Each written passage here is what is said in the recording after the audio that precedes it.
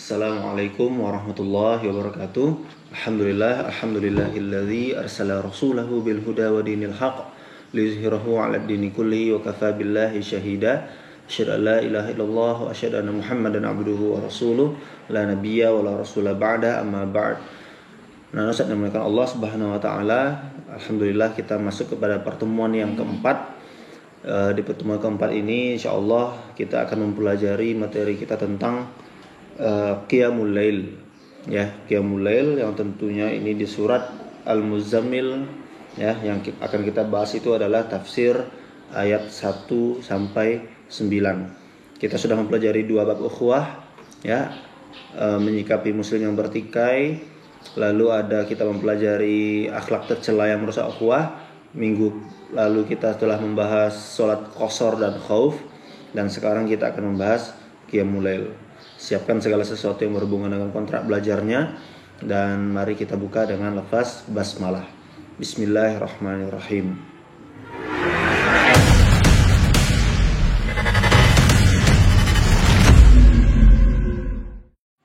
Anak Ustaz dimuliakan Allah, dalam pembahasan Qiyamul Lail ini insyaallah tidak akan terlalu panjang, dan harapannya antumna dapat menyimak dengan cermat sehingga paham poin dari apa maksudnya surat Qiyamul Lail ini. Apakah hanya surat Al-Muzammil ini, apakah hanya perintah untuk Qiyamul Lail saja atau bagaimana sejarahnya gitu ya.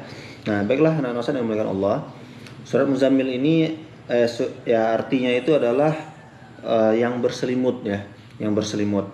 Nah, kenapa Allah juga di awal surat ini ya ayyuhal muzammil, wahai orang yang berselimut, maksudnya Nabi Muhammad SAW. Nah, ini ada beberapa riwayat yang menyatakan bagaimana Rasul waktu itu berselimut. Yang paling masyhur itu adalah yang kita kenal, bagaimana Rasul telah menerima wahyu pertama, ya, menerima wahyu pertama yaitu surat Al-Alaq, ya, Iqra bismi rabbikal ladzi khalaq, di Gua Hira.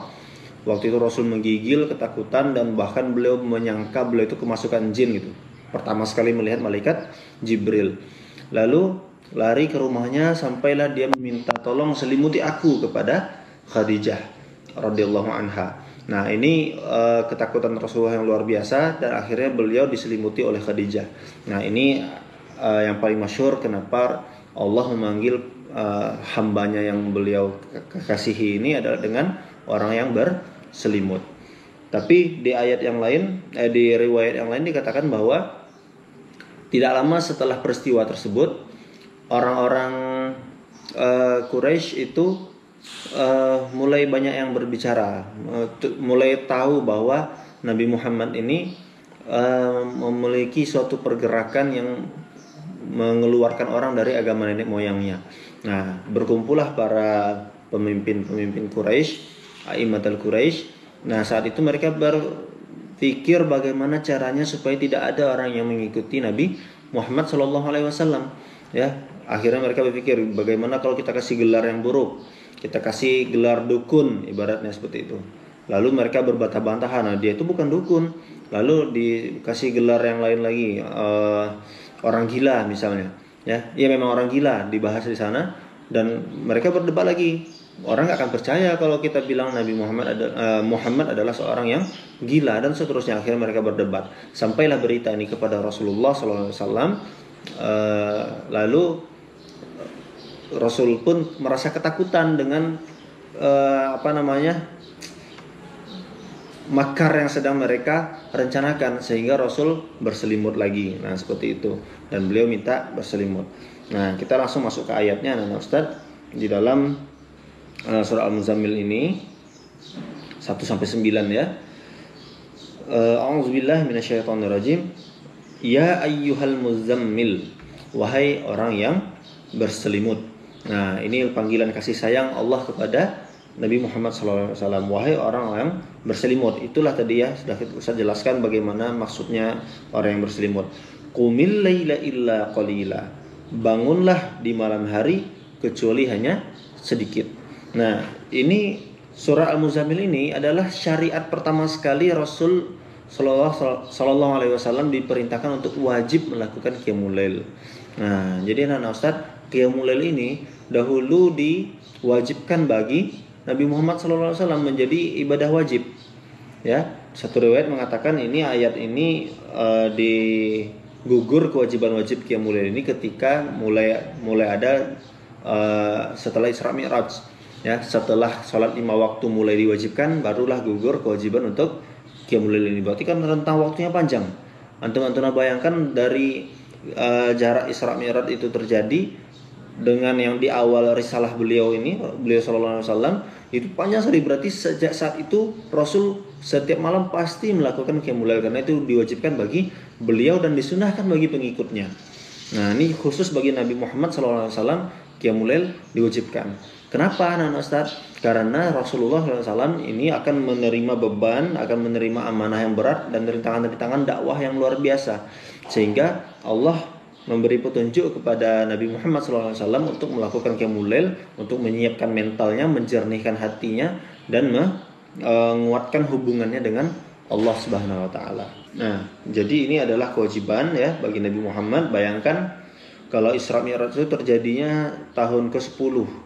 Tahun ke-10 kenabian sejak Nabi diutus. Berarti hampir 10 tahun Rasulullah SAW itu wajib melakukan Qiyamul Lail ini. Nah ya, kita untuk istiqomah dalam 1 bulan saja susah ya untuk melakukan Qiyamul Lail ini.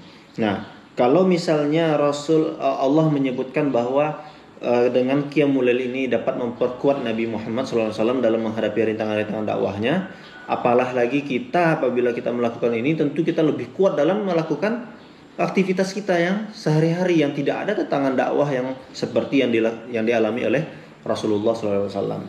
Nah, qumil laila illa qalila. Qumil lail ya, perintah untuk berdirilah di malam hari di ayat yang kedua ini, kecuali hanya sedikit. Dalam ayat ini tersirat juga bahwa Allah memerintahkan Nabi untuk mengurangi waktu tidurnya.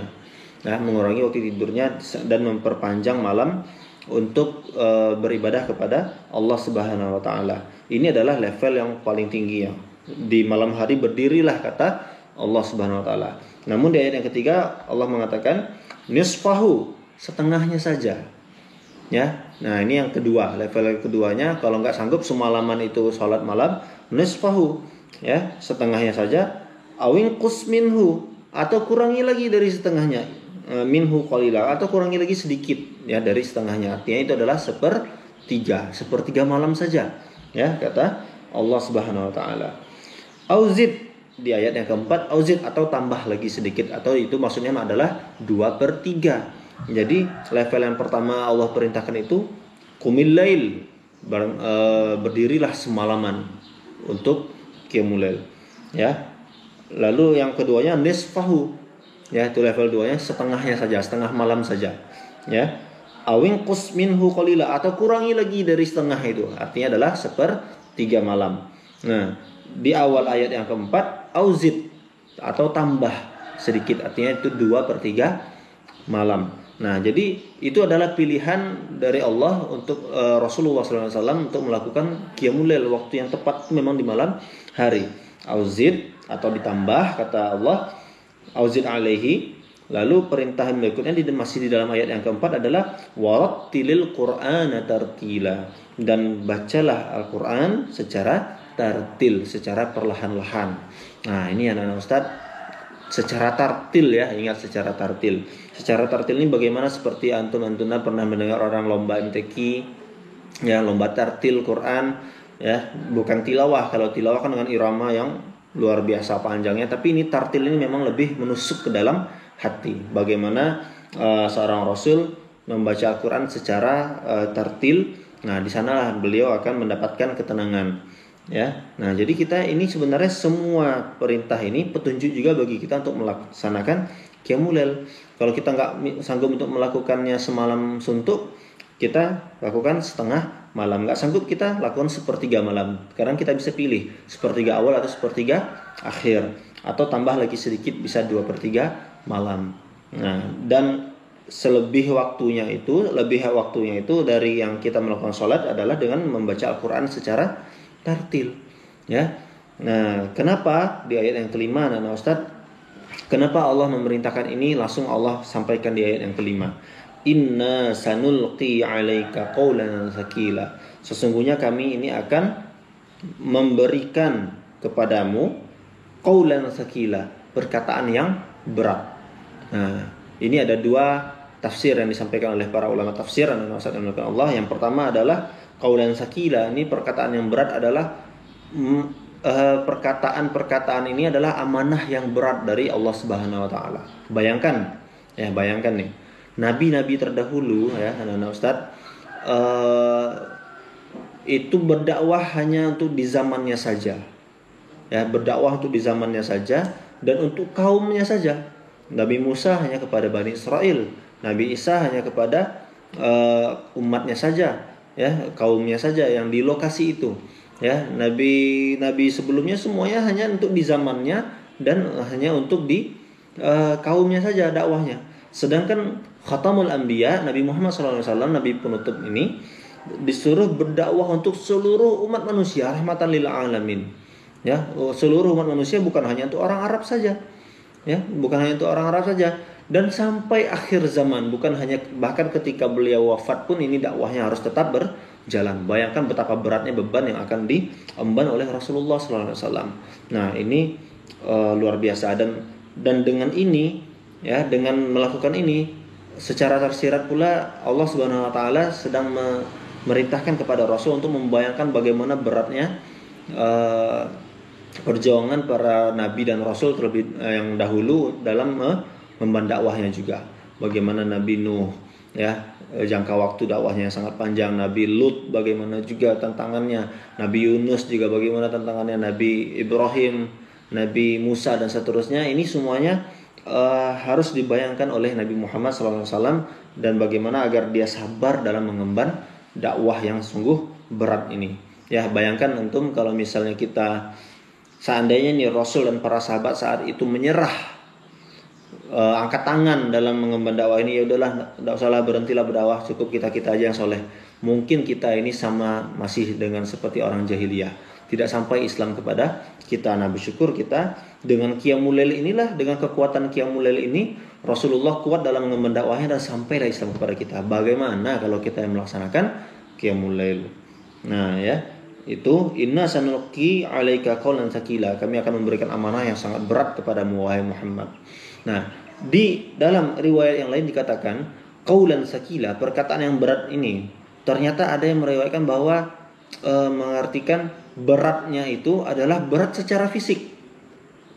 Qawlan adalah perkataan ini tentu adalah wahyu Allah, ya, wahyu Allah yang berat secara fisik. Nah, ternyata memang ada, di dalam sirah dikatakan pernah suatu ketika Rasulullah SAW sedang duduk di atas untanya, ya, para sahabat menyaksikan Rasul, dan ternyata saat itu Rasul akan menerima wahyu,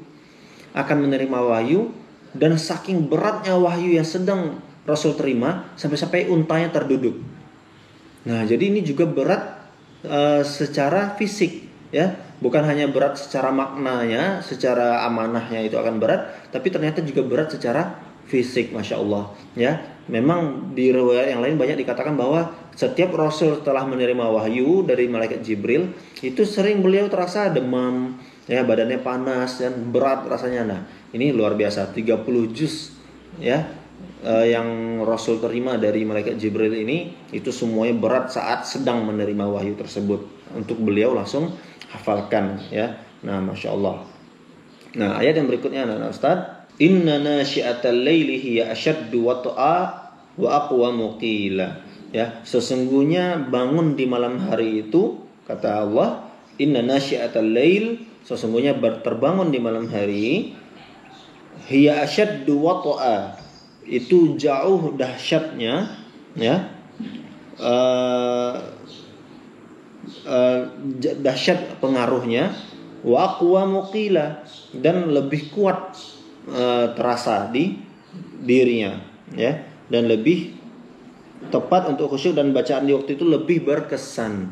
Nah, ya, kalau antum pernah melakukan hal ini di malam hari, apakah itu baca Al-Quran, apakah Qiyamul Lail, tentu lebih berkesan di malam hari daripada di siang hari. Kenapa? Di malam hari itu kita lebih fresh, kita belum banyak memikirkan hal-hal aktivitas keseharian kita. Di malam hari itu kita lebih merasa lebih dekat kepada Allah karena suasana yang hening. Nah, itulah anak-anak Ustaz ya. Luar biasanya kalau di malam hari ini Allah ngasih tahu kepada Rasul, dan maksudnya juga ngasih tahu kepada umatnya kita. Nah, jadi anak Ustaz, jangan kita habiskan waktu di malam hari karena dengan bermain, nauzubillah ya, bermain game sampai bergadang ya. Ini disuruh mengurangi tidur. Oh ya Ustaz, anak juga kurang tidur anak, tapi karena main game, nauzubillah. Jangan ya. Jangan sampai kita sengaja begadang di malam hari, di pagi harinya justru kita menjadi susah pula untuk bangun, sampai tidur pula sampai siang. Nah, ini jangan sampai jadi seperti hewan-hewan nokturnal ya, yang hidupnya di malam hari, siangnya dia tidur. Nah, ini asyaddu ini mungkin kita sering mendengar syadid itu dahsyat ya. Kalau misalnya dalam bahasa Arab itu anak-anak Ustaz, hujan lebat. Hujan itu motor, kalau hujan lebat itu motorun syadid. Hujan yang sangat dahsyat, maksudnya lebat hujannya itu. Jadi kalau di sini dikatakan sesungguhnya terbangun di malam hari jauh lebih dahsyat pengaruhnya, dan bacaan di malam itu aqwamu qila, lebih berkesan bacaan kita di malam hari, apalagi dibaca dengan tartil, apalagi kalau dipahami lagi artinya. Masya Allah anak-anak Ustaz, insya Allah kita dekat dengan Allah Subhanahu Wa Taala, dekat hubungan kita dengan Allah. Kalau sudah dekat dengan hubungan kita, insya Allah semua urusan kita itu lancar. Apa mau kita bisa mendapatkan semua yang kita inginkan ya. Meskipun belum kita dapatkan, kita paham bahwa Allah akan mengijabahnya dengan di waktu yang lain. Kita tahu Allah pasti akan memberikan apa yang kita butuhkan di waktu yang tepat. Nah, ini hubungan kita dengan Allah sangat akrab ya, nah Ustaz. Nah, lalu ditambahkan oleh Allah Subhanahu Wa Taala di ayat yang ke 7 ya, tadi disampaikan. Ini menggambarkan Allah sangat paham dengan aktivitas Rasulullah SAW. Inna laka fin nahar sabahan tawila. Sesungguhnya di siang hari engkau memiliki kesibukan yang panjang ya. Tawila, panjang maksudnya yang banyak. Di siang hari itu kita memiliki kesibukan yang banyak. Apa Rasulullah ini disebutkan oleh Allah memiliki kesibukan yang banyak, bukan kesibukan seperti kita ya. Nah Ustaz, kesibukan bukan sekedar bekerja segala macamnya. Setelah sejak wahyu pertama turun, Rasul menghabiskan waktu siangnya dengan mencari kerabat-kerabat ya, untuk mengajak kepada Islam. Diam-diam melakukan ini, diam melakukan itu, dan ini sejak sebelum dakwah secara terang-terangan, masih diam-diam. Nah, dakwah Siriyah. Nah, ini Rasul siang harinya disibukkan dengan itu. Ya, mungkin berdagang dan yang selebihnya itu diwakili oleh sahabat-sahabatnya yang lain, dibantu ya, bukan dibantu oleh istrinya ya. Istrinya juga ada membantu, tapi tidak berdagang di jalan-jalan seperti itu, bukan ya, bukan ke pasar gitu.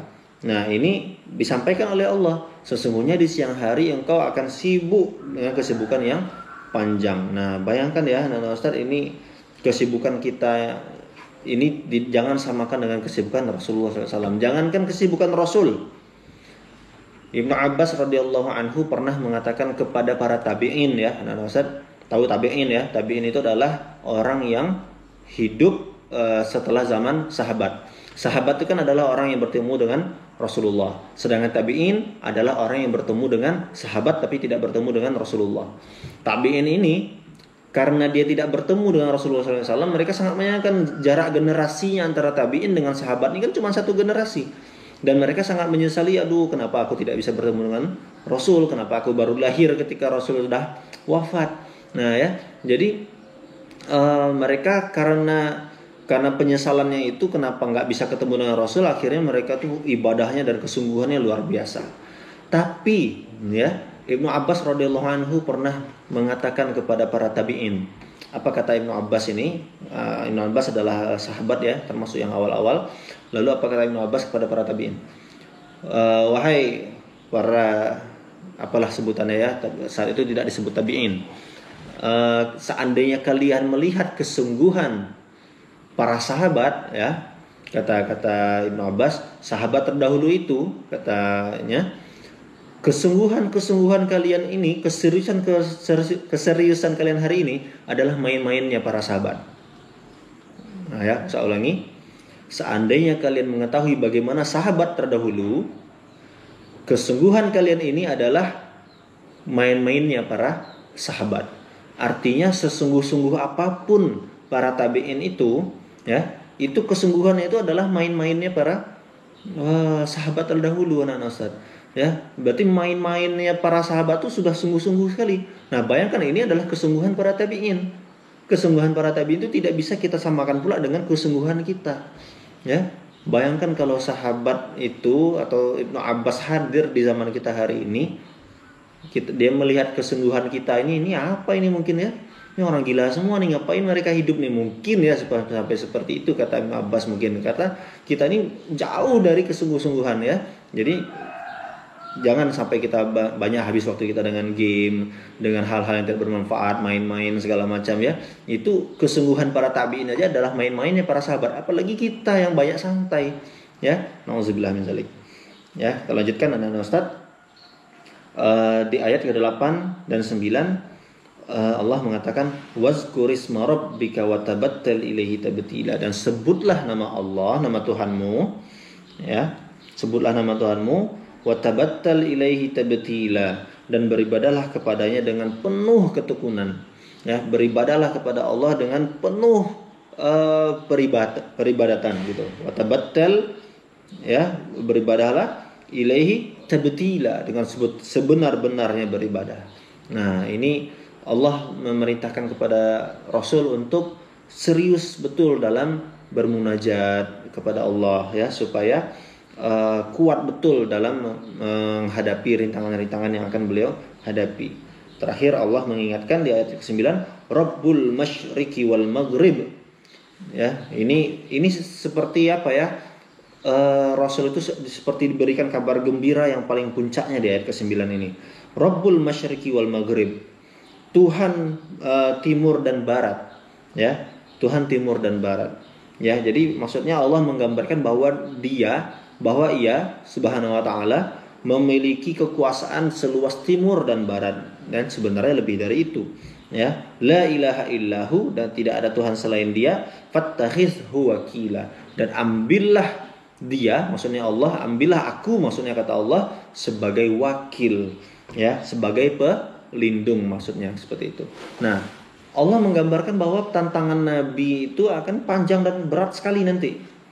Tapi di ujungnya Allah mengatakan, kalau engkau dekat denganku, ya, maksudnya dengan beribadah seperti ini yang disampaikan di ayat 1 sampai 8 ini, ya, bahwa aku ini memiliki kekuasaan yang tidak terbatas, kata Allah, ya. Nah, jadi kalau Nabi Muhammad ingin meminta, mudah sekali meminta kepada Allah. Nah, ini adalah kabar gembira yang disampaikan oleh Allah kepada Nabi Muhammad, ya. Tapi tetap Nabi Muhammad disuruh berikhtiar untuk berdakwah. Nah, ini luar biasa sekali ya, nah Ustaz. Ayat 1 sampai 9 ini. Nah, sekarang langsung coba kita lihat di hikmah pelajarannya, lihat di bukunya masing-masing ya. Lihat di poin A, pelajaran dan hikmah. Qiyamul Lail hukumnya wajib bagi Rasul pada awal-awal dakwah. Ini diwajibkan, sudah saya jelaskan tadi.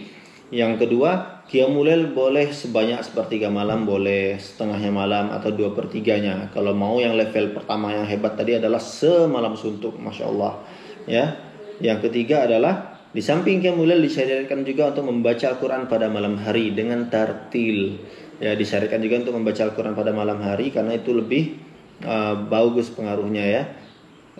Ingat ya, dengan tartil ya, bukan dengan tergesa-gesa, bukan dengan terlalu lambat pula, tidak ya, seperti irama-irama yang dilomba-lombakan. Itu rasanya konsentrasi kita malah fokus ke irama, bukan pada ayat-ayat yang kita baca ya. Bayangkan antuna kalau membaca tilawah seperti panjang yang irama yang dilombakan itu, yang lagu-lagu itu kapan khatamnya kira-kira? Lama sekali ya. Nah, tapi ini juga dengan tartil ya, disyariatkan dengan tartil. Yang D, yang keempat, Qiyamul Lail dan tilawah Al-Quran pada malam hari memberikan pengaruh yang sangat besar kepada jiwa dan keimanan kita. Nah, ini selayaknya kita untuk melakukan ini juga. Yang terakhir, waktu yang dibolehkan untuk melakukan Qiyamul Lail adalah semenjak sholat Isya sampai menjelang waktu subuh. Nah, ini boleh. Sepanjang waktu itu kita mau melaksanakan qiyamul lail, pilih mana waktunya. Ya, apakah mau sepertiga awal atau sepertiga akhir. Ya. Nah, kita bayangkan 10 tahun hampir Rasulullah melakukan qiyamul lail secara wajib. Ya. Nah, kita tidaklah sampai diwajibkan seperti itu, tapi ini adalah meskipun setelah itu tidak diwajibkan kepada Rasul tetap tidak pernah meninggalkan sholat qiyamul lail ini karena pengaruhnya yang luar biasa. Baiklah anak Nasar, itu saja mungkin dari Ustaz. Mudah-mudahan kita bisa mengikuti jejak Rasulullah ini, bagaimana kita bisa menguatkan diri kita, menguatkan segala sesuatu yang bisa menguatkan aktivitas kita, hubungan kita dengan Allah. Nah, ini semuanya kita butuhkan ya, juga sebagai bekal kita untuk di akhirat kelak. Allahu a'lam bishawab. Aku liqul astaghfirullah wa lakum. Assalamualaikum warahmatullahi wabarakatuh.